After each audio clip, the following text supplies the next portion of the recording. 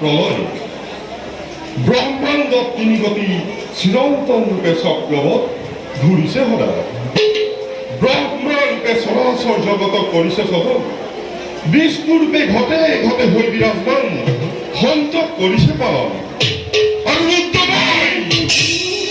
সাক্ষাৎ সংসাৰ মূৰ্তি ধৰি ঘণ্টে ঘটে প্ৰলয়ৰ ৰাণী হলে হলে জ্বলাই জগতৰ ধ্বংসযজ্ঞময় কৰি ঘোষণা কিন্তু সকলোটি গতি কৰে